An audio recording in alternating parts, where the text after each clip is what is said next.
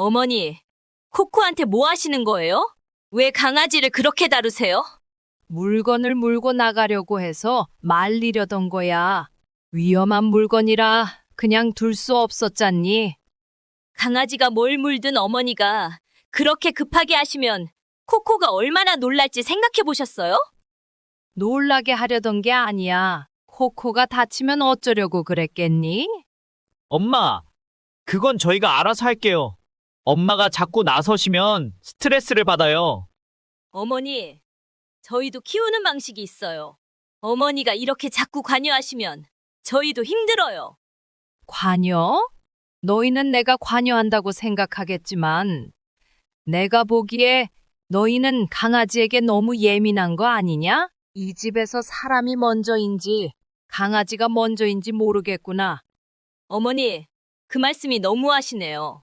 저희는 코코도 가족처럼 생각하는 거예요. 가족이라고? 강아지는 가족처럼 대하면서 나는 그냥 이 집에 끼어 있는 사람이 아닌가 싶구나. 왜 그렇게 말씀하세요?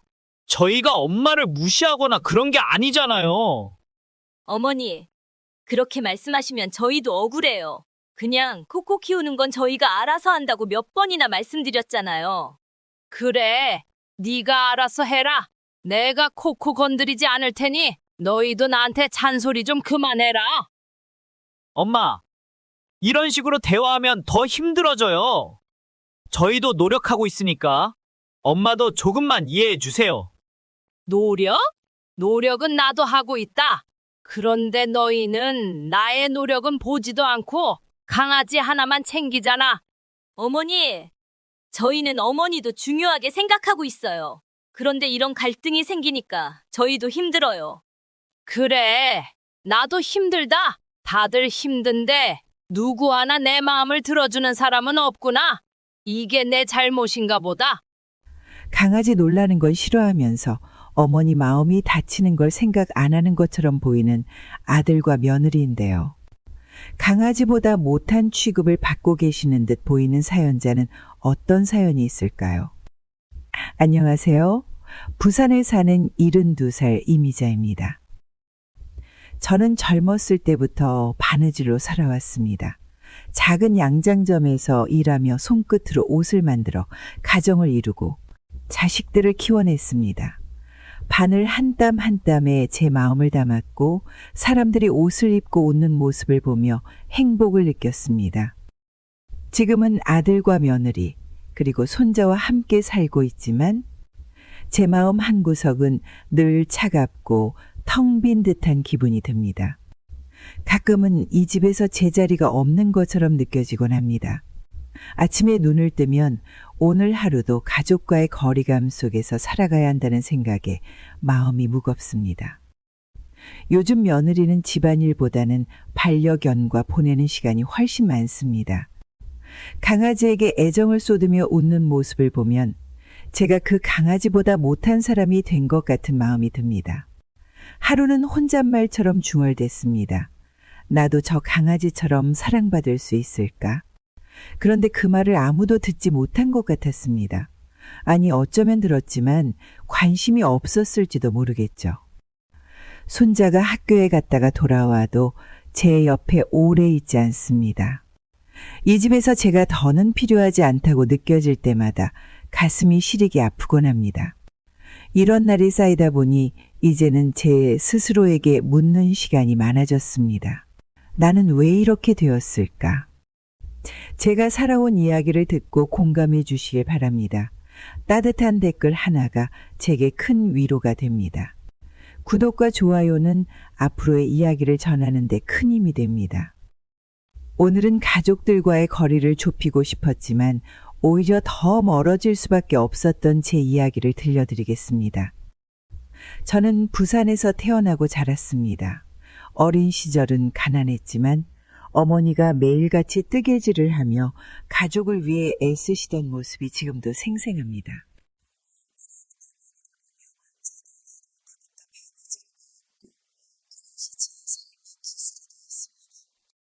20살 무렵에는 한 재봉공장에서 일을 시작했고 몇 년 뒤 작은 양장점을 열 수 있었습니다. 그 당시 제게 가장 큰 행복은 제 손으로 만든 옷을 입고 웃는 손님들의 모습이었습니다. 옷을 만드는 과정은 고됐지만 완성된 옷을 손님에게 건넬 때 느끼는 보람은 그 무엇과도 바꿀 수 없었습니다. 젊었을 때의 저는 가족과 미래를 위해 열심히 일하며 누구보다도 삶에 만족하고 있었습니다. 결혼 후 아들을 낳았을 때는 정말 기뻤습니다. 밤마다 아들의 작은 손을 잡고 이 아이를 위해 어떤 삶을 만들어줄 수 있을지 꿈꾸곤 했습니다.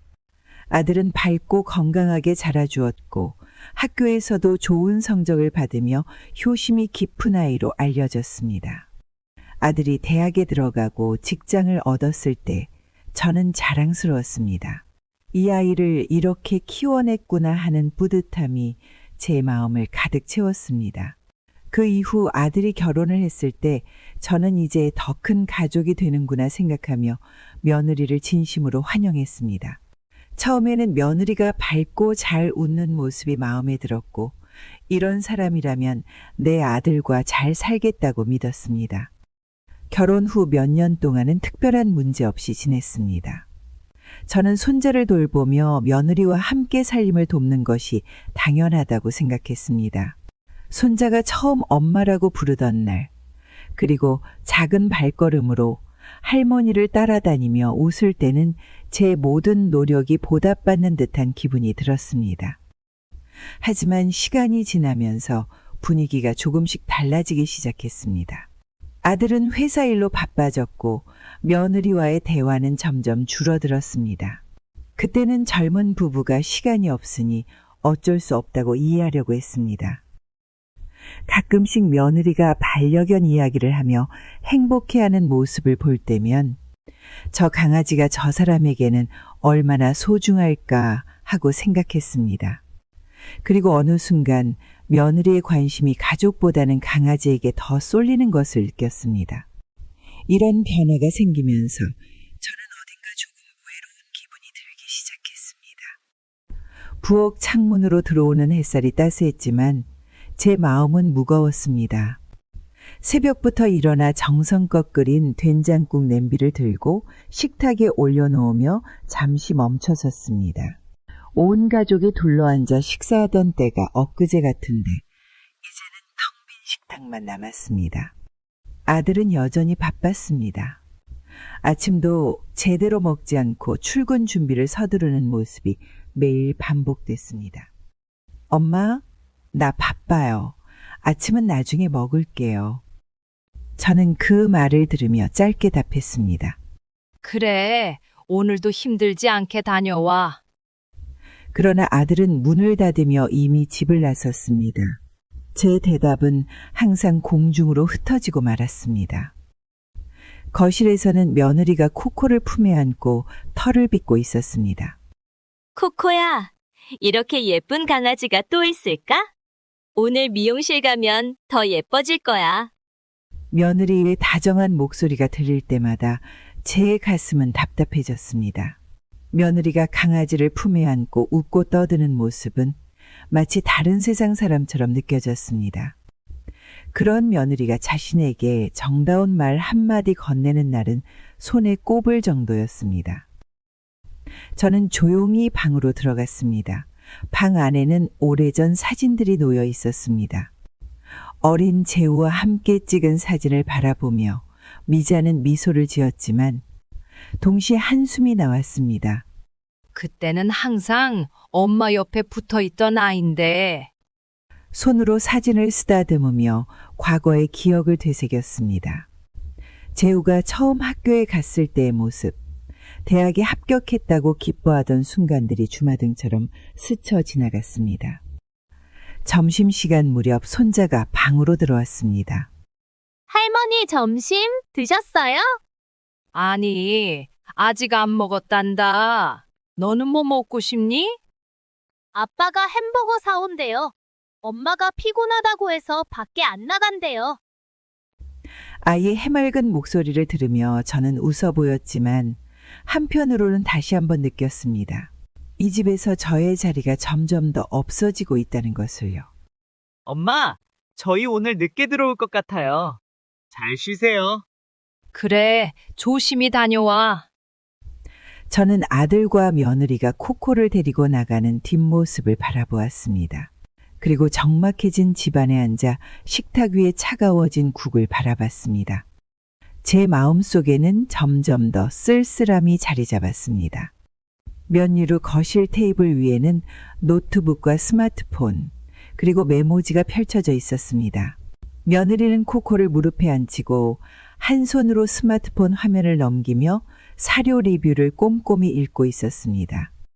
여보, 이거 봐요. 이 사료는 천연 재료로 만들었대요. 피부에도 좋고 알레르기 걱정도 없대요. 근데 좀 비싸지 않아? 건강 생각하면 그 정도는 써야죠. 지난번 사료 먹이고 탈난 거 기억나죠? 그때 얼마나 힘들어했는지. 아들은 고개를 끄덕이며 다시 노트북으로 시선을 돌렸습니다. 며느리는 노트북 화면을 보며 다른 브랜드와도 꼼꼼히 비교하기 시작했습니다. 이건 어때요? 소화가 잘 되는 성분도 포함돼 있고 사료 알갱이도 작아서 먹기 편할 것 같아요. 좋은 것 같네. 리뷰도 좋아 보이고. 그럼 이걸로 주문할게요. 지금 사면 할인도 된대요. 서둘러 결제를 완료했습니다. 저는 부엌에서 설거지를 하며 그 대화를 들었습니다. 식탁 위에는 제가 차려둔 음식이 아직 그대로 있었지만 누구도 관심을 보이지 않았습니다. 그날 오후 며느리는 코코를 위한 추가 용품 검색을 시작했습니다. 노트북과 스마트폰 두 기기를 번갈아 보며 코코의 간식과 미용용품을 고르는 모습이 매우 진지했습니다. 엄마가 너를 위해 새 간식을 살 거야. 이건 피부에 좋은 성분도 들어있다는데. 너 털이 더 부드러워질 것 같아. 코코는 며느리 품에서 작은 소리로 짖으며 반응했습니다. 며느리는 웃으며 코코의 턱을 쓰다듬었습니다. 저는 거실 소파에 앉아 그 광경을 바라보았습니다. 가족들이 대화를 나누고 웃는 시간이었지만 모든 관심은 코코에게만 집중되어 있었습니다. 저는 묵묵히 그 모습을 바라볼 수밖에 없었습니다. 며느리는 주문이 끝난 뒤에도 코코의 털을 정성스럽게 빗겨주고 신상 옷을 입혔습니다. 이 옷 어때? 너무 예쁘다. 내일 미용실 갈 때도 입고 가자. 근데 이 옷은 좀 작지 않아? 불편해할 것 같은데. 아니에요. 이게 딱 맞아야 예쁘고 사진도 잘 나와요. 며느리는 코코에게 옷을 다시 매만지며 기쁜 표정을 지었습니다. 저녁이 되자 며느리는 쇼핑몰에서 코코의 간식을 추가로 주문했습니다. 아들은 미소를 지으며 며느리가 주문을 마치는 것을 도왔습니다. 저는 다시 한번 느꼈습니다. 모든 대화의 중심이 코코라는 사실을요. 며느리는 저녁 식사 후에도 강아지의 생활용품을 정리했습니다. 새로운 장난감을 선반에 올리고 코코의 이름이 새겨진 그릇을 닦으며 만족스러운 표정을 지었습니다. 너는 정말 행복해야 해. 엄마랑 아빠가 이렇게 많이 신경 쓰잖아. 저는 그 말에 잠시 시선을 돌렸습니다. 며느리와 아들이 보여주는 애정과 정성이 한편으로는 대단해 보이면서도 저 자신이 너무 초라하게 느껴졌습니다. 그렇게 시간 흐르고 며칠 후 저녁 무렵 부엌에서 설거지를 하고 있었습니다. 식탁 위에 남은 음식들을 정리하며 아까부터 들려오는 거실의 대화 소리를 듣고 있었습니다. 며느리가 스마트폰을 들고 아들에게 뭔가를 보여주고 있었습니다. 여보, 여기 새로 생긴 레스토랑 어때요? 분위기도 좋고 음식도 맛있어 보이는데. 괜찮네. 승호도 좋아할 것 같고. 메뉴도 다양해서 다 같이 먹기 좋겠다. 저는 그 말을 들으며 살짝 기대가 됐습니다. 어쩌면 이번엔 나도 함께 갈 수 있을지도 모른다는 희망이 스쳤습니다. 하지만 그 대화는 끝내 저를 향하지 않았습니다. 몇 분 후 며느리가 부엌으로 들어왔습니다. 어머니, 저희 오늘 저녁에 외식 좀 다녀오려고요. 코코는 데리고 가기 힘들어서 집에 두고 갈 건데 코코 좀 부탁드려도 될까요? 그 말을 들으며 저는 잠시 멈칫했습니다. 저도 모르게 머릿속이 복잡해졌습니다. 며느리의 부탁에 바로 대답하지 못하고 젖은 손을 닦으며 잠시 머뭇거렸습니다. 그래, 걱정 말고 다녀와. 짧게 대답했지만 목소리가 자꾸 떨렸습니다. 부엌문을 나서던 며느리가 다시 돌아와 코코의 간식을 준비하며 말을 덧붙였습니다. 어머니도 저녁 맛있게 드시고 쉬세요. 코코는 물이랑 간식 여기 두었으니까 신경 많이 안 쓰셔도 돼요. 저는 그 말에 다시 한번 고개만 끄덕였습니다. 잠시 후 아들이 외출 준비를 하며 거실에서 승호와 장난을 치고 있었습니다. 며느리는 방 안에서 거울을 보며 드레스를 매만지고 있었습니다. 엄마, 코코 산책은 제가 들어와서 다녀올게요. 저희는 금방 돌아올 거예요. 아들의 말이 끝나자마자 승호가 신난 목소리로 외쳤습니다. 아빠, 빨리 가요. 오늘 가면 디저트도 먹을 수 있는 거죠? 그들의 웃음소리가 집안에 가득 찼지만 저는 혼자 고요하게 설거지 마무리를 하고 있었습니다. 거실에서는 준비를 끝낸 며느리가 아들에게 소리쳤습니다. 여보, 이제 가요. 예약 시간 늦겠어요. 승호야, 신발 빨리 신어. 아들이 서둘러 승호를 챙기며 부엌 쪽으로 돌아보았습니다. 엄마, 저희 다녀올게요. 저녁 잘 챙겨 드시고요. 그래, 조심히 다녀와. 문이 닫히고 그들의 발소리가 멀어지자 집안은 다시 고요해졌습니다. 남겨진 집안은 적막했습니다. 소파 한쪽에 앉아 코코를 바라보니 강아지가 제 곁으로 다가와 발을 살짝 얹었습니다. 저는 코코의 머리를 쓰다듬으며 혼잣말처럼 중얼거렸습니다. 코코야, 넌 그래도 내가 있어 좋겠구나. 코코는 제 손길에 반응하며 꼬리를 흔들었지만 그마저도 제 마음을 채우기엔 부족했습니다. 앨범을 덮고 방 창문을 바라보았습니다. 창문 너머로 저녁 하늘이 붉게 물들어가는 모습이 보였습니다. 밖에서는 아이들이 뛰어노는 소리가 들렸습니다. 그 순간 거실에 놓인 식탁 위 음식을 떠올렸습니다. 저녁을 기대하며 차려놓았던 그 음식들은 저는 조용히 부엌으로 가서 음식을 정리하기 시작했습니다. 차갑게 식은 국을 냄비에 덜어 다시 데우며 생각했습니다.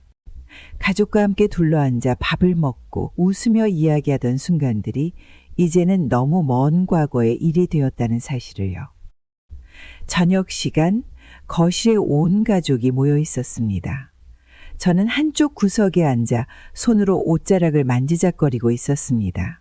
며느리는 스마트폰을 들고 코코의 사진을 찍으며 웃음을 터뜨렸습니다. 오늘도 예쁘네. 이거 꼭 올려야겠다. 아들은 화면을 함께 보며 고개를 끄덕였습니다. 이 사진 잘 나왔네. 사람들이 좋아할 거야. 그 모습을 지켜보며 저는 무슨 이야기를 꺼내야 할지 고민했습니다. 그런데 며느리가 갑자기 저를 보며 말을 걸었습니다. 어머니, 요즘은 이런 거 안 하시죠? SNS 같은 거요. 이런 건 해야 사람들이랑 소통할 수 있어요. 잘 몰라서 안 해봤어. 내겐 좀 어려운 것 같네. 조심스럽게 답했지만 며느리는 웃음을 터뜨렸습니다. 어머니, 그러니까 구식이라는 말을 듣는 거예요. 요즘 세상은 이런 게 기본이에요. 그 말의 순간 마음이 얼어붙었습니다. 구식이라는 단어가 제 머릿속에 깊이 남았고 저는 더 이상 무슨 말을 해야 할지 몰라 가만히 있었습니다. 며칠 후 며느리가 새로 고른 커튼을 걸어두며 또다시 저를 놀리는 일이 있었습니다. 어머니가 쓰시던 커튼은 너무 낡고 촌스러웠잖아요. 이제 좀 더 현대적인 느낌으로 바꿔야죠. 보세요. 집 분위기가 완전히 달라졌죠? 저는 고개를 끄덕이며 멋쩍은 웃음을 지었습니다. 하지만 며느리의 말이 마음속 깊이 상처로 남았습니다. 제가 오랫동안 정성껏 가꾸고 소중히 여겨왔던 집안의 물건들이 하나 둘씩 사라지는 것 같았습니다. 그렇구나. 네가 보기 좋다면 잘한 거야. 제 목소리는 힘이 없었지만 며느리는 그런 제 표정을 신경 쓰지 않는 듯 했습니다. 그날 저녁, 며느리와 아들은 스마트폰을 보며 대화를 이어갔습니다. 요즘 사람들은 이렇게 꾸미고 살잖아요. 어머니도 조금 바꿔보시면 어때요? 괜찮네. 집도 더 세련돼질 것 같아. 저는 그들의 대화를 들으며 방으로 들어갔습니다. 방 안에 앉아 오래된 재봉틀을 바라보았습니다. 제가 젊은 시절 가족을 위해 옷을 만들던 그 재봉틀은 여전히 한쪽 구석에 자리 잡고 있었습니다. 이걸로 아이들 겨울 옷을 다 만들어줬는데 그때는 다들 고마워했었는데. 혼자 중얼거리며 오래된 기억 속에 잠겼습니다. 다음 날 며느리가 또다시 새로운 가구를 들여놓겠다고 말했습니다.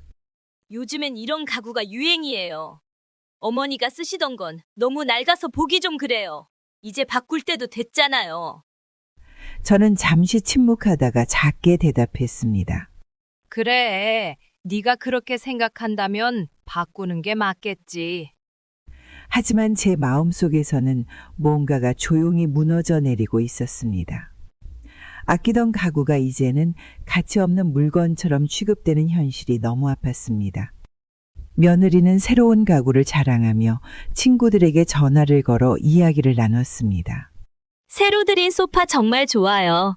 완전 현대적이고 세련됐죠? 이제 집이 좀 더 멋져 보이잖아요. 저는 며느리가 자랑하는 소파에 조용히 앉아보았지만 더 이상 이 집안에 제 자리가 없는 것 같은 기분이 들었습니다. 며칠 뒤 며느리가 코코와 함께 찍은 사진을 SNS에 올리며 또 한 번 웃음을 터뜨렸습니다. 요즘은 이런 강아지 사진이 대세라니까요. 코코가 인기 스타 될 것 같아요. 아들은 며느리의 말에 웃으며 고개를 끄덕였고 저는 그들의 대화 속에 끼어들지 못한 채 조용히 부엌으로 향했습니다. 부엌 창가에서 멀리 하늘을 바라보며 저는 혼잣말처럼 중얼거렸습니다.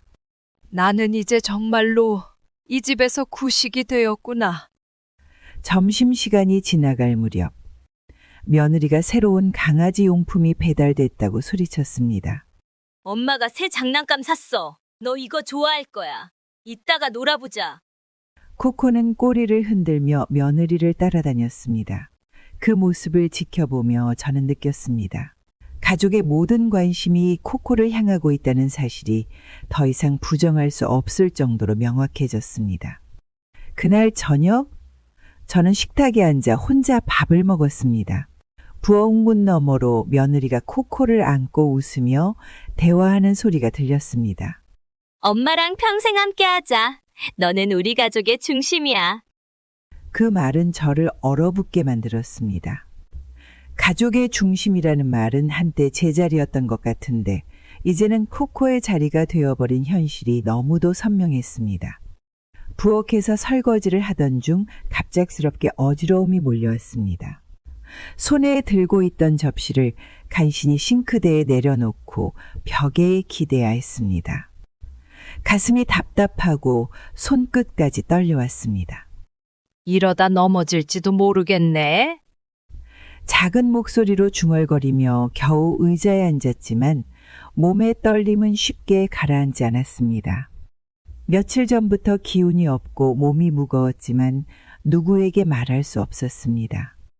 아들은 회사 일에 쫓겨 아침 일찍 나가고 며느리는 코코를 돌보느라 바빴습니다.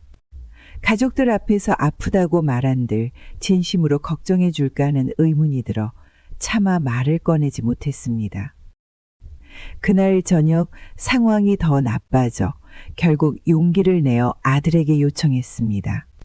아들아, 엄마가 요즘 너무 어지럽고 숨이 가빠서 병원에 가야 할 것 같아. 혹시 내일 시간이 되면 같이 가줄 수 있겠니? 아들은 노트북을 보며 잠시 멈칫하더니 고개를 저었습니다. 엄마, 이번 주는 너무 바빠요. 발표 준비 때문에 시간 내기가 어려울 것 같아요.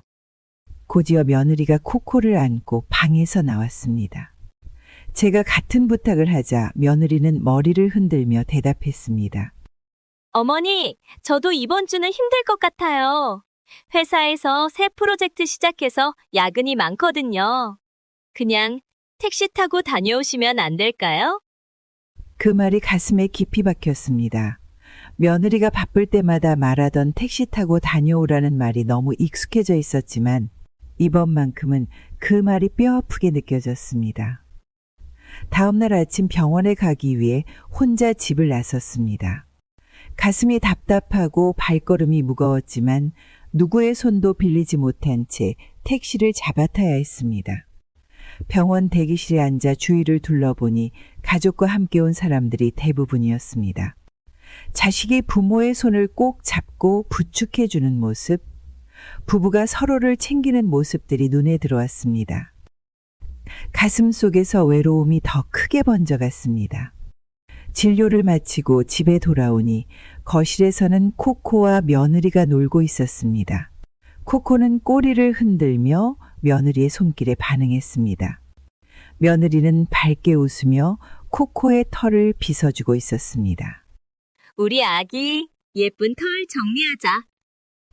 그 광경을 바라보며 저는 느꼈습니다. 가족의 모든 애정은 이제 코코를 향해 있다는 사실을 더 이상 부정할 수 없었습니다.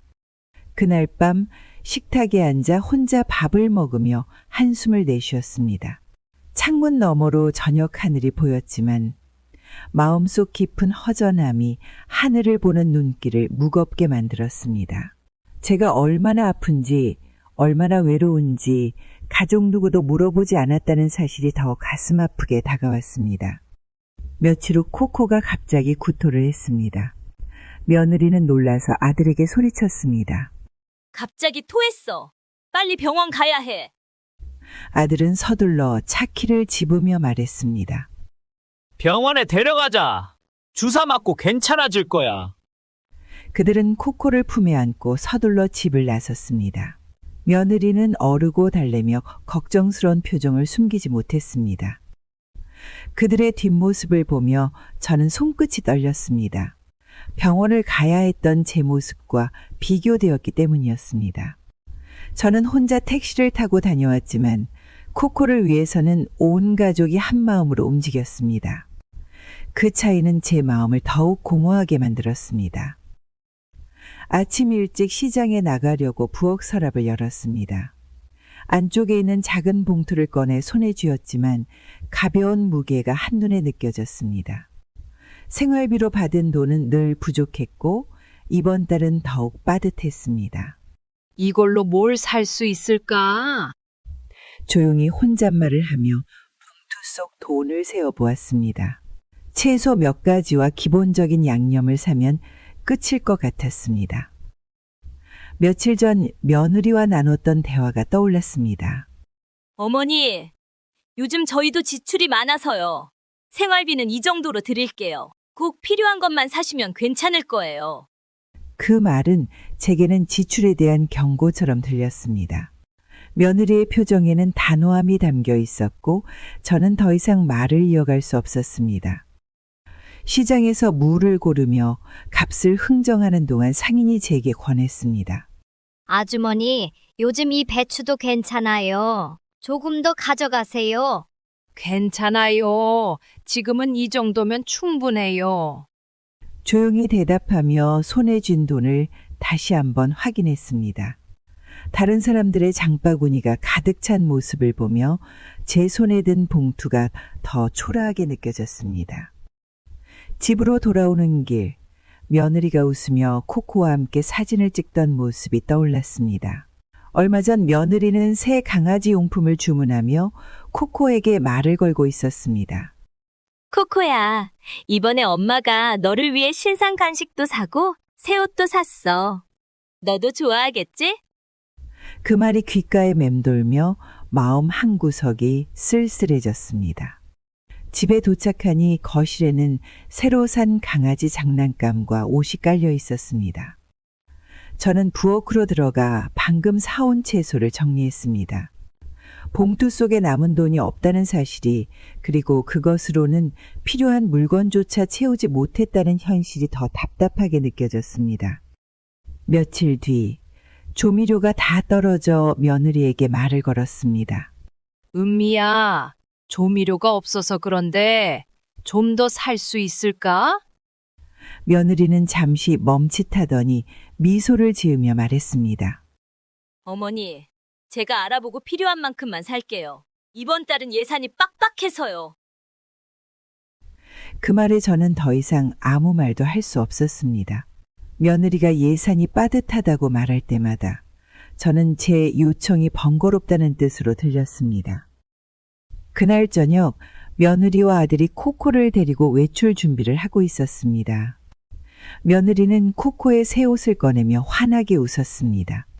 이번 옷은 코코랑 너무 잘 어울릴 거예요. 사진 찍기에도 딱이고요. 아들은 고개를 끄덕이며 긍정적으로 반응했고 저는 그들 곁에서 조용히 뒷모습만 지켜볼 수밖에 없었습니다. 그날 밤 식탁에 혼자 앉아 차갑게 식은 국을 떠먹으며 한숨을 내쉬었습니다. 창밖을 바라보니 이웃집에서 가족들이 함께 식사하며 대화하는 모습이 보였습니다. 방으로 돌아와 오래된 재봉틀 앞에 앉았습니다. 재봉틀을 손으로 쓰다듬으며 오래전 기억이 떠올랐습니다. 다음 날 아침 며느리는 또다시 코코의 새로운 물건을 쇼핑하며 즐거운 목소리로 아들에게 이야기를 건넸습니다. 이번에 산 강아지 침대는 진짜 최고야. 엄청 좋아할 거야.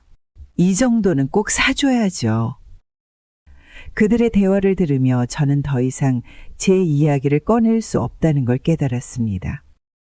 아침부터 거실과 부엌이 어질러져 있었습니다. 어젯밤 사용한 그릇은 싱크대에 그대로 쌓여 있었고 코코가 놀던 장난감과 간식 부스러기가 바닥에 여기저기 흩어져 있었습니다. 그런 모습을 보고 있자니 그냥 지나칠 수가 없었습니다. 저는 물통과 걸레를 들고 거실로 나왔습니다. 바닥을 닦으면서 속으로 생각했습니다. 집안일이라도 조금 덜어야 아이들도 편하지 않을까? 몸이 자연스럽게 먼저 움직였습니다. 어릴 때부터 익숙했던 습관처럼 손이 먼저 나가곤 했습니다. 그런데 바닥을 반쯤 닦아낼 무렵 방에서 며느리가 나왔습니다. 어머니, 지금 뭐 하시는 거예요? 놀란 표정으로 저를 바라보는 며느리의 목소리에는 짜증이 묻어 있었습니다. 저는 잠시 멈칫하며 대답했습니다. 바닥이 좀 지저분해 보여서 닦으려고 했단다. 손자도 뛰어다니고 코코도 있으니까 깨끗해야지.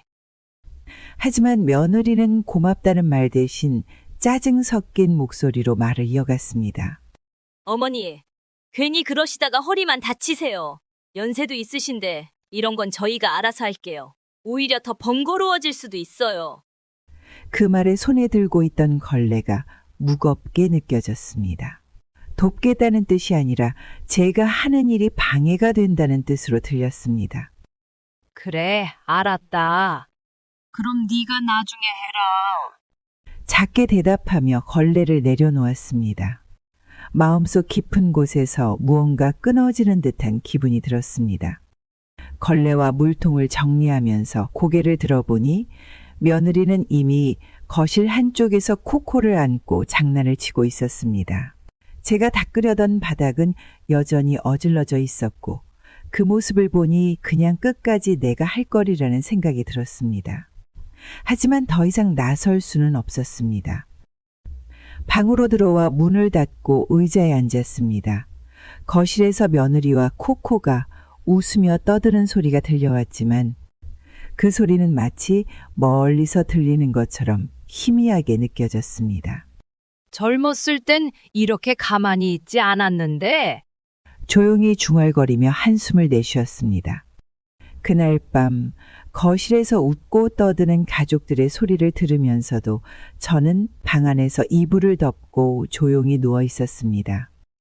그들의 웃음소리가 점점 더 멀게 느껴졌습니다. 며칠 후 거실에서 며느리가 코코를 무릎에 앉히고 털을 빗고 있는 모습을 보았습니다. 며느리는 작은 빗으로 코코의 털을 정리하며 집중하고 있었습니다. 코코는 얌전히 앉아 며느리의 손길에 반응하며 꼬리를 살짝 흔들고 있었습니다. 그 모습을 보고 있으니 저도 도움이 되고 싶다는 마음이 들었습니다. 작은 일이지만 함께하면 더 나아지지 않을까 싶어 조심스럽게 다가갔습니다. 저는 며느리에게 말을 건넸습니다. 털 빗는 거 내가 도와줄까? 강아지 털 빗는 건 어렵지 않은 것 같던데. 같이 하면 금방 끝날 것 같아서. 제 말을 들은 며느리는 잠시 저를 바라보더니 고개를 살짝 기울이며 웃음을 지어 보였습니다. 그러나 그 미소에는 분명히 거절의 뜻이 담겨 있는 것 같았습니다. 며느리는 빗질을 멈추고 손을 흔들며 말했습니다. 어머니, 코코털은 이렇게 섬세하게 빗어야 해서 아무나 하면 안 돼요. 요즘 강아지 관리도 트렌드에 맞춰 해야 하거든요. 그 말을 듣는 순간 저는 멈춰 섰습니다. 아무나라는 단어가 머릿속에 울리는 것 같았습니다. 제가 도움을 주고 싶다는 마음은 그저 쓸데없는 것으로 여겨지는 것처럼 느껴졌습니다. 도울 기회를 얻기는커녕 제가 이 가족에서 얼마나 쓸모없는 사람이 되었는지 깨닫게 되는 순간이었습니다. 저는 작게 웃으며 말했습니다. 알겠어요. 며느리가 하세요. 저는 잘 모르니까요. 그렇게 대답하며 조용히 뒤돌아 방으로 들어왔습니다.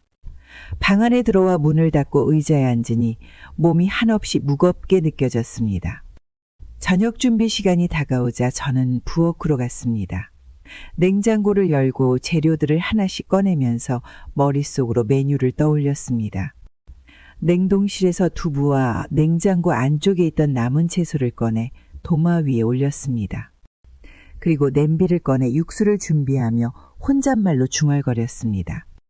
이걸로 전을 부치고 찌개 하나 끓이면 다들 좋아하겠지. 손자도 잘 먹을 거야. 요리를 시작하기 전부터 마음이 설레었습니다. 어릴 때부터 요리를 좋아했던 저는 가족이 제 음식을 맛있게 먹는 모습을 볼 때마다 뿌듯함을 느꼈습니다. 오늘도 오랜만에 직접 만든 음식을 준비해 가족들에게 대접하고 싶었습니다. 도마 위에서 재료를 썰고 있던 중 며느리가 부엌으로 들어왔습니다.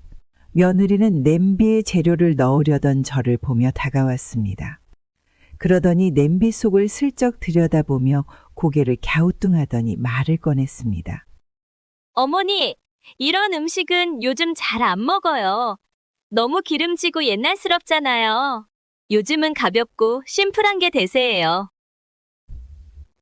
그 말은 제 손을 멈추게 했습니다. 오랜만에 정성껏 준비하려던 음식이 한순간에 필요 없는 것으로 치부된 기분이 들었습니다. 가족을 위해 내가 할 수 있는 일이 이렇게 무가치한 것처럼 여겨지다니 그 말이 가슴속 깊이 파고들었습니다. 저는 냄비를 내려놓으며 조용히 대답했습니다. 그냥 내가 좋아할 것 같아서 해보려고 했어. 하지만 며느리는 냄비를 힐끔 보더니 고개를 저으며 말을 이었습니다. 어머니, 이런 건 요즘 애들도 안 좋아해요. 제가 알아서 할게요. 어머니는 좀 쉬세요. 그 말이 제 마음속에 무거운 돌처럼 내려앉았습니다.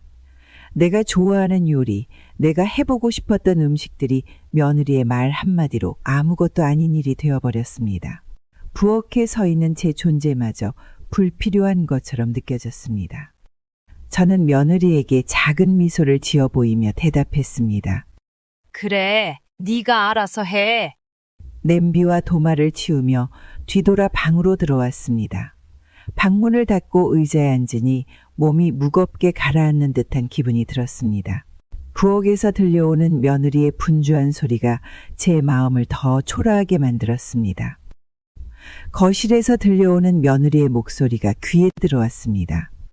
오늘은 가볍게 샐러드랑 구운 채소로 저녁 준비하려고요. 요즘은 이런 음식이 인기가 많잖아요. 코코도 곁에 두고 먹으면 더 좋을 것 같아요. 그 소리를 들으면서 손끝이 떨렸습니다. 1시간 넘게 생각하고 준비했던 제 요리가 단 한 번도 맛보지 못한 채 부정된 현실이 더 아프게 다가왔습니다. 가족을 위해 노력하고 싶었던 제 진심은 그저 구식이라는 말로 무시당하고 저는 이 가족에게 필요 없는 존재가 된 것 같은 기분이 들었습니다. 책상 위에는 오래된 요리책이 놓여 있었습니다. 책을 펼치자 젊은 시절 가족들을 위해 요리를 연구하며 행복해했던 순간들이 떠올랐습니다. 가족들이 둘러앉아 제가 만든 음식을 맛있게 먹으며 웃고 떠들던 장면들이 스쳤습니다. 하지만 이제는 제가 만든 음식이 가족의 취향에 맞지 않는 시대에 뒤떨어진 것이 되어버린 것 같았습니다. 책을 덮고 눈을 감았습니다. 며느리의 요즘은 이런 걸 안 먹는다라는 말이 머릿속에서 떠나지 않았습니다. 한때는 가족의 건강과 행복을 위해 모든 것을 바쳤던 제 노력이 이제는 잊힌 과거가 된 것 같았습니다. 다음날 저녁 며느리는 코코를 무릎에 안고 소파에 앉아 있었고 아들은 노트북을 들여다보며 무언가를 적고 있었습니다. 저는 부엌에서 저녁 식사를 준비하며 식탁에 하나둘씩 반찬을 올렸습니다. 오늘은 가족들이 좋아하는 찌개를 끓였으니 맛있게 먹겠지. 하지만 아무도 부엌으로 오지 않았습니다. 식탁 위에 덮어둔 뚜껑들은 그대로였고 저는 기다리다 못해 거실로 나갔습니다. 식탁을 보지도 않는 가족들을 보니 속이 답답해졌습니다. 순간적으로 짜증이 올라와 며느리에게 차갑게 말을 걸었습니다. 은미야, 저녁 준비했는데 왜 안 먹고 가만히 앉아 있어? 내가 괜히 고생만 한 거야? 며느리는 강아지를 쓰다듬으며 고개를 들었지만 대답 대신 짧은 한숨을 내쉬었습니다. 그리고는 차분한 목소리로 말했습니다. 어머니, 그냥 간단히 먹으려고 했어요. 요즘 이런 기름진 음식은 부담스러워요. 그 말이 더 이상 참을 수 없을 만큼 속상하게 들렸습니다. 저는 손가락으로 식탁을 가리키며 쏘아붙였습니다. 네가 뭘 알아서 그런 말을 해? 내가 얼마나 정성 들여 만든 건데? 기름지니 부담스럽니? 그렇게 말하는 게 예의야? 아들도 며느리의 옆에 앉아있던 자세를 고쳐 앉으며 저를 바라봤습니다. 엄마, 너무 흥분하지 마세요. 은미도 그냥 자기 입맛에 안 맞는다고 말한 것뿐이에요. 그 말에 더 이상 대꾸하지 못했지만 마음은 한없이 무거워졌습니다. 며칠 뒤 사건이 터지고 말았습니다. 코코가 갑자기 기운 없이 늘어져 있다는 말에 며느리는 병원에 데려가야 한다며 바쁘게 움직이고 있었습니다. 저는 그 모습을 보며 도울 수 있지 않을까 싶어 다가갔습니다. 코코 병원 데려가는 길에 내가 같이 가줄까? 힘들면 나라도 데리고 가야지. 하지만 며느리는 깊은 숨을 쉬며 제 말을 잘라냈습니다. 어머니, 그냥 가만히 계세요. 오히려 더 힘들어요. 이런 일은 제가 알아서 할게요. 그 말에 저는 참을 수 없을 정도로 화가 났습니다. 손을 허리에 얹으며 목소리를 높였습니다. 그래, 네가 알아서 다 해. 나는 뭘 해도 다 방해만 되는 거잖아. 내가 나가라고 하면 내가 나갈게. 나 없는 게 더 편할 테니까. 며느리는 잠시 말을 잇지 못하고 입술을 깨물었습니다. 그리고는 차분한 목소리로 대답했습니다. 어머니가 그렇게 말씀하신다면 솔직히 저희도 생각해 본 적 있어요. 어머니가 따로 지내시면 서로 더 편하지 않을까요? 그 말은 마지막 남아있던 제 마음의 끈을 완전히 끊어버렸습니다. 제가 이 집에서 가족으로 인정받지 못한다는 사실이 너무 분명했습니다. 방으로 들어와 문을 닫은 뒤 손에 쥔 작은 가방을 내려놓으며 한숨을 내쉬었습니다. 그날 밤 저는 조용히 짐을 쌌습니다. 옷장에서 몇 벌의 옷을 꺼내 작게 접어 가방에 넣고 오래된 책과 사진첩도 함께 담았습니다. 책상 위에는 제가 아끼던 작은 액자가 놓여 있었습니다. 가족들과 웃으며 찍은 사진이 담겨 있었지만 이제는 이 사진 속의 순간들이 너무 멀게 느껴졌습니다. 액자를 손에 들었다가 다시 책상 위에 내려놓았습니다. 이건 여기에 두고 가는 게 맞겠지. 짐을 다 싸고 문 앞에 서니 마음이 텅 빈 것 같았습니다. 가방을 손에 쥔 채 잠시 방 안을 둘러보았습니다. 이곳에서 함께했던 시간들이 스쳐 지나갔지만 동시에 이곳이 더 이상 제 자리가 아니라는 생각이 확고해졌습니다. 문을 열기 직전 거실에서 가족들의 웃음소리가 들려왔습니다. 며느리가 코코와 장난을 치며 웃는 소리, 아들이 며느리와 이야기를 나누는 소리가 들렸습니다. 그 소리들은 저를 더욱 초라하게 만들었습니다. 이 집안에서 저는 투명한 존재가 되어버렸고 가족들과의 웃음 속에서조차 제 자리가 없다는 사실이 확실해졌습니다. 여기서는 더 이상 내 자리를 찾을 수 없구나. 문을 열고 밖으로 나왔습니다. 차가운 밤 공기가 얼굴을 스치며 온몸을 감쌌습니다. 가방을 손에 쥔 채로 한참을 서 있었습니다. 어디로 가야 할까라는 생각이 머릿속을 떠나지 않았습니다. 가족들과 함께 살기 전 저는 한때 작은 집에서 혼자 지냈습니다. 그 집은 오래되었지만 제 손길로 꾸며진 소중한 공간이었습니다. 그 집을 떠나올 때는 가족들과 함께 더 행복한 시간을 보낼 수 있을 거라 기대했지만 이제는 그곳이 마지막으로 돌아갈 수 있는 유일한 곳처럼 느껴졌습니다. 거기로 가면 적어도 혼자는 아니겠지. 내 마음이 쉴 곳은 될 거야. 발걸음을 옮기며 그 집으로 돌아갈 결심을 했습니다. 그곳에서 다시 시작할 수 있을까 하는 두려움이 있었지만 이 집에 남아 계속 외면당하는 것보다는 더 나을 것 같았습니다. 머리 위로 고요한 밤하늘이 펼쳐져 있었고 저 멀리 도로가 보였습니다. 저는 가방을 단단히 쥐고 천천히 걸음을 내디뎠습니다. 다음날 아침 어떻게 살아가야 할지 깊이 고민했습니다. 더 이상 이대로는 안 되겠어. 나도 내 삶을 다시 찾아야지. 이전에 동네 주민들로부터 LH에서 운영하는 임대 아파트 이야기를 들은 기억이 떠올랐습니다. 혼자 사는 사람도 신청할 수 있다는 말을 들었지만 그때는 내가 필요할 거라고는 생각하지 못했습니다. 그러나 이제는 그 이야기가 희미한 희망처럼 느껴졌습니다. 저는 공공임대주택 신청 요건을 확인하기 위해 인터넷을 검색하고 가까운 주민센터를 찾았습니다. 주민센터의 상담 직원이 친절하게 설명을 해주었습니다. 어머니께서는 연령 요건도 맞으시고 현재 혼자 거주하시기 때문에 LH 아파트에 지원하실 수 있어요. 신청서를 작성하시면 심사 후 연락을 드릴 겁니다. 그 말을 듣는 순간 조금이나마 안심이 되었습니다.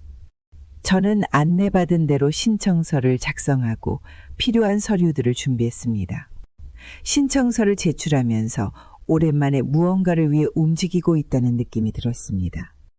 이곳에서 새로운 시작을 할 수 있겠지. 힘들겠지만 내 삶을 다시 만들어야 해. 몇 달 후 연락이 왔습니다. LH 아파트 입주가 가능하다는 소식을 듣는 순간 눈물이 고였습니다. 작은 공간이지만 이제는 저만의 집이 생긴다는 사실이 저를 조금씩 위로했습니다. 이사하는 날 작은 짐들을 챙겨 아파트로 향했습니다.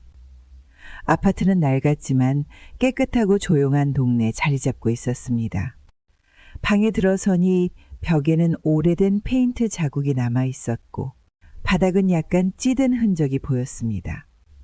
그러나 그 공간은 제게 새로운 출발점처럼 느껴졌습니다. 여기서부터 다시 시작하는 거야. 이제는 나를 위한 삶을 살 거야. 짐을 정리하며 오래된 사진첩과 책을 선반에 올려두었습니다. 그리고 창문을 열어 햇빛이 들어오도록 했습니다. 작은 창문 너머로 보이는 풍경이 제게 새로운 가능성을 열어주는 것만 같았습니다. 저는 주민센터와 상담하며 생활에 필요한 지원도 알아보기 시작했습니다. 근처 복지관에서 제공하는 요리교실과 취미 활동에도 참여하며 새로운 사람들과 소통하는 시간을 갖기 시작했습니다. 혼자 지내더라도 나답게 살아가는 법을 배우자. 그 작은 아파트에서 저는 다시 삶을 꾸려가기 시작했습니다. 혼자라는 사실이 더 이상 외로움만을 의미하지 않았습니다. 그것은 제 삶을 제가 직접 만들어갈 기회라는 뜻이기도 했습니다.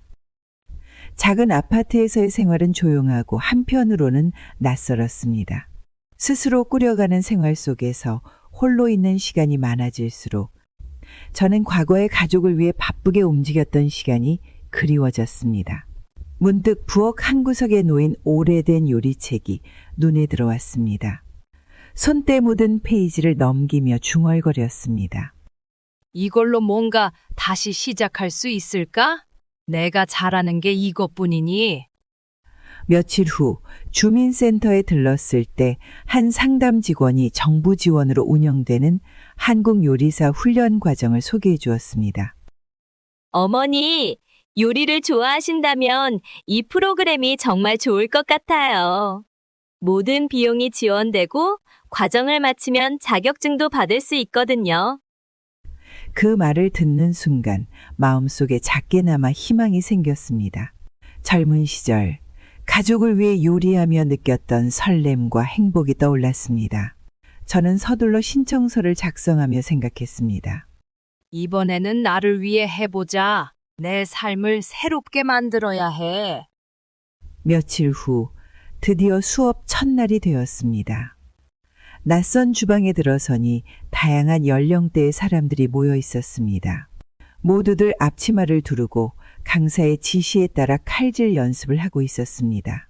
저는 손끝이 떨릴 만큼 긴장했지만 강사의 따뜻한 말에 점점 긴장이 풀렸습니다. 요리는 실수를 통해 배우는 겁니다. 두려워하지 말고 손을 움직이세요.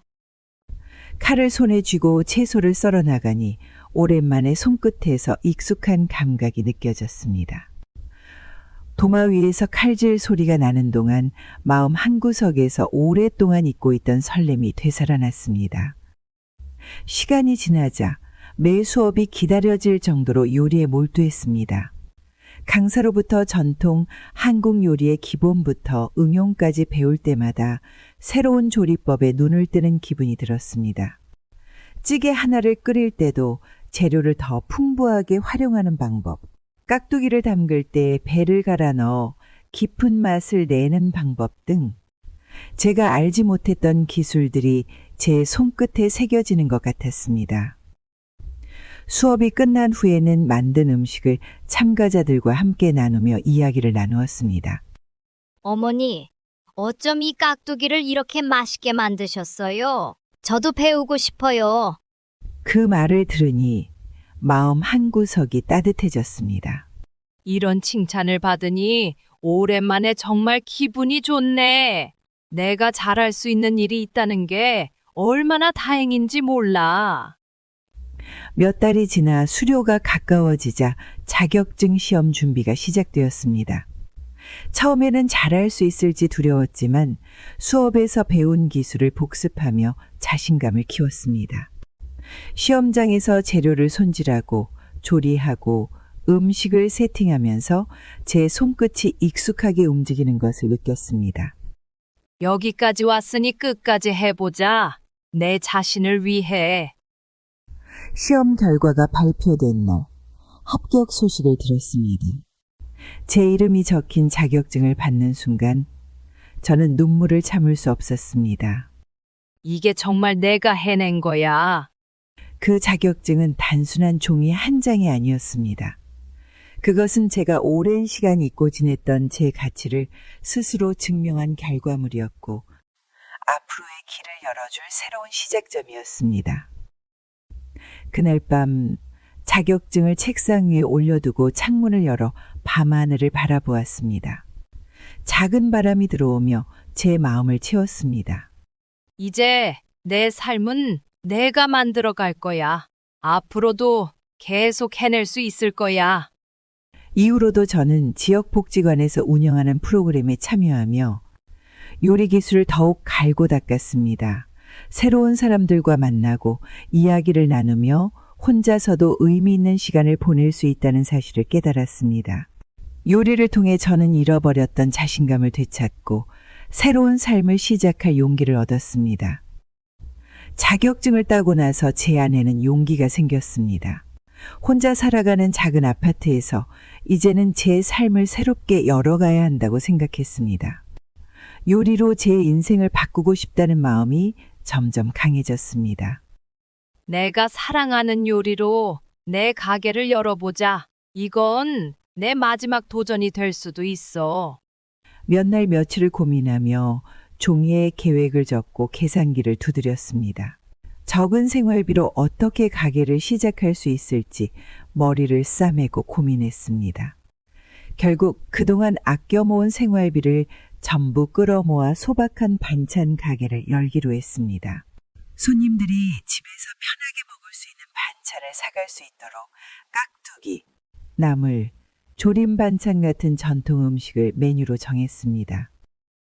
가게를 구하고 간판을 걸었을 때 작고 소박한 공간이지만 제 손으로 시작한 가게라는 생각에 마음이 벅차올랐습니다. 첫날 아침 반찬을 가지런히 진열하면서 혼잣말처럼 중얼거렸습니다. 이건 내가 만든 두부조림, 저건 참나물 무침. 손님들이 맛있게 먹어주면 정말 행복할 텐데. 첫 손님이 들어왔을 때 저는 긴장된 얼굴로 웃음을 지었습니다. 이 깍두기 하나랑 오징어 볶음 좀 주세요. 감사합니다. 정성껏 만들었으니 맛있게 드세요. 손님의 음식을 맛보고 고개를 끄덕이며 미소 지을 때 오랫동안 느끼지 못했던 뿌듯함이 가슴 속에서 퍼졌습니다. 하지만 시간이 지날수록 가게 운영은 생각보다 쉽지 않았습니다. 재료비, 임대료, 전기세 등이 계속 늘어나면서 이익은 점점 줄어들었습니다. 매일 밤 장부를 정리하며 깊은 한숨이 나왔습니다. 이러다 정말 문을 닫아야 할지도 몰라. 내가 너무 무리했던 걸까? 돈이 부족해지면서 재료를 살 때도 예전처럼 넉넉히 살 수 없었습니다. 손님들에게 양질의 음식을 제공하지 못하는 날이 늘어날수록 죄책감이 들었습니다. 그러던 어느 날 동생에게서 전화가 왔습니다. 언니, 잘 지내? 가게 운영한다면서? 힘들지는 않아? 괜찮아. 그냥 조금 힘들 뿐이야. 동생은 제가 하는 말 너머의 상황을 알아챘는지 조용히 말을 꺼냈습니다. 언니, 혼자서 다 하려니까 힘들지. 내가 조금이라도 도와줄게. 우리 가족이잖아. 그 말을 듣는 순간 참아왔던 눈물이 터져 나왔습니다. 가족에게 의지하지 않겠다고 결심했던 저였지만 동생의 진심 어린 말은 저를 무장해제시켰습니다. 고마워. 네 도움 덕분에 다시 시작할 수 있을 것 같아. 동생의 도움으로 가게는 다시 활기를 찾기 시작했습니다. 부족했던 재료비와 홍보비를 메꿀 수 있었고 새로운 메뉴도 시도할 수 있었습니다.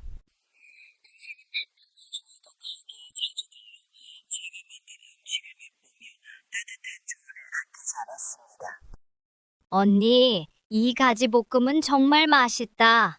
그런데 조금 덜 짜게 하면 더 인기 있을 것 같아. 알았어. 다음번엔 양념을 조금 줄여서 만들어 볼게.